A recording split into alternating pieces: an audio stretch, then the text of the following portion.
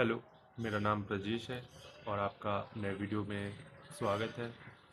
मैं इसमें SBI PO का एनालिसिस करने वाला हूँ। कल मेरा एग्ज़ाम था 8 मार्च को 4th शिफ्ट में।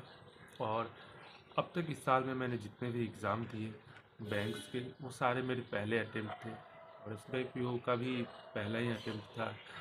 अ, मैं सही बोलूँ, अब तक जो भी एग्ज़ाम दिए वो सब पानी कम चाय था, लेकिन जो एसबीआई का था वो सच में लेवल था उसका। मुझे बहुत ही सही लगा कि कब आप कब जब आप एक मुश्किल शिफ्ट में बैठते हो तो आपको मालूम चलता है कि अभी अभी सफ़र काफ़ी लंबा है। अभी आपको तैयारी में थोड़े 2-4 कदम और ऐड करने होंगे। अभी आपकी फिनिशिंग लाइन दूर है, अभी आपकी मंजिल थोड़ी सी धुंधली है। मुझे वैसा ही लगा। मुझे लगा कि थोड़ी मेहनत और ज़रूरी है, स्पेशली क्वांट के सेक्शन में, क्योंकि वहाँ पे सिंप्लीफिकेशन या वन लाइनर जैसे क्वेश्चन ही नहीं थे। बस मात्र 2 क्वेश्चन थे क्वाड्रेटिक इक्वेशन के। अब वो भी बहुत इजी नहीं थे कि देखते हो जाए, उसके लिए मुझे पेन उठाना पड़ गया था। एंड तो मैं पूरा एनालिसिस शुरू से करता हूँ। फर्स्ट पेपर इंग्लिश का आया। इंग्लिश में काफ़ी सही था, बस मुझे लगा कि समय का थोड़ी कमी की वजह से मैं लास्ट में पैराजम्बल को अटेम्प्ट नहीं कर पाया। इंग्लिश में मेरे 40 में से 32 अटेम्प्ट थे। एंड उसमें एक मुझे सबसे अजीब चीज़ लगा कि इनकरेक्ट और करेक्ट, वो पहले कोई भी क्वेश्चन लगातार नहीं थी, सब बिखरे पड़े थे करेक्ट और इनकरेक्ट वाला। तो उसमें मुझे काफ़ी समय लग गया था। उसमें समय लगने का मेन रीज़न जो था कि कभी 4 क्वेश्चन दे देंगे और पूछेंगे कि इसमें से इनकरेक्ट कौन है, या फिर 4 दे देंगे और पूछेंगे कि इसमें से करेक्ट कौन है। उसमें मुझे लगा कि मैंने ज़्यादा टाइम दे दिया, जिसकी वजह से मुझे पैराजंबल का समय नहीं मिला। और बाकी सब तो इंग्लिश में ठीक था। अब देखता हूँ मैं कि स्कोर मेरे कितने आते हैं। मुझे ऐसा अंदर से लग रहा है कि बहुत ही गंदा स्कोर करने वाला हूँ इस पेपर में। मेरे टोटल अटेम्प्ट 62 थे। फिर हम बात करते हैं क्वांट सेक्शन में।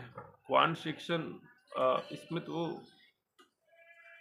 मैंने बताया ही कि मैं पूरा वन से ले शुरू से लेके लास्ट तक मैं क्वेश्चन खोज रहा हूँ कि सिंप्लीफिकेशन कहाँ है, वन लाइनर कहाँ है। और पूरे 1 मिनट हो गए, मुझे एक भी वन लाइनर नहीं मिले। 2 मिले क्वाड्रेटिक इक्वेशन के, जिसमें मैंने सॉल्व किया। फिर मैं तो शौक में चला गया था कि भाई पेपर अच्छा बनाया है लोगों ने। फिर उसमें हाँ, 2 डीआई थे। डीआई का भी लेवल काफ़ी बढ़िया था, लेकिन मैं इसमें 14 ही अटेम्प्ट कर पाया हूँ, क्योंकि एक डीआई में मुझे थोड़ी सी कन्फ्यूजन की वजह से मैंने डेटा गलत निकाल लिया था। और मुझे लगता है कि क्वांट पे मुझे थोड़ा और मेहनत करना पड़ेगा, क्योंकि 14 अटेम्प्ट मुझे नहीं लगता कि मैंने किसी एंगल से सही किया है। एंड लास्ट हम बात करते हैं रीजनिंग। रीजनिंग तो मुझे ज़्यादा टफ नहीं लगा। मुझे ऐसा लगा कि थोड़ी सी स्पीड मेरी ज़्यादा होती तो मैंने जो 20 अटेम्प्ट किए हैं वो 25 तक मैं पहुंच सकता था। बस डाउट ये है कि कोई मेरा पज़ल गलत ना हो जाए। एक्चुअली इंग्लिश में ऐसा हुआ था कि उसमें भी मिसलेनियस बस 2 ही थे, और 2 भी बहुत आसान आसान तो नहीं कहूँगा उसे।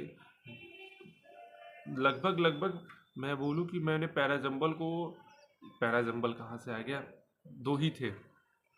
और मैं ये बोलूँगा कि मैंने पज़ल सॉल्व कर लिए थे, लेकिन रीजनिंग में मेरे से गड़बड़ ये हुई कि उसमें मिसलेनियस का क्वेश्चन बहुत ही कम था, बस 2 ही थे, जिसको मैंने अटेम्प्ट पहले ही कर लिया था।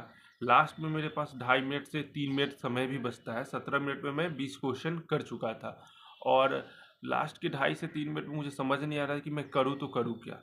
अगर मैं किसी पज़ल में हाथ लगाता हूँ तो 3 मिनट में मेरे से अगर पज़ल निकला तो मैं उसका आंसर नहीं दे पाऊँगा। और ये सोचते सोचते मैंने एक में हाथ लगाया और उसका आंसर भी निकल ही गया था लगभग, तब तक एग्ज़ामिनेशन ख़त्म हो गया। तो मेरा मानना है कि अगर मैं थोड़ी सी स्पीड और रखता तो पज़ल मेरे 25 हो सकते थे। ओवरऑल मैं बोलूँ कि अगर आप तैयारी कर रहे हैं बैंकिंग की, तो कोई एग्ज़ाम दे ना दे, एसबीआई पीओ का ज़रूर देना चाहिए। आपको आपकी हैसियत, आपको आपकी तैयारी का अनुभव बिल्कुल मालूम चल जाएगा।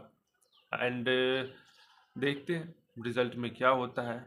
और आप भी कमेंट करके बताएं कि आपने कितना स्कोर किया या फिर कितना अटेम्प्ट किया। फिर हम अगले वीडियो में आपसे मिलते हैं। तब तक के लिए बस इतना ही। धन्यवाद।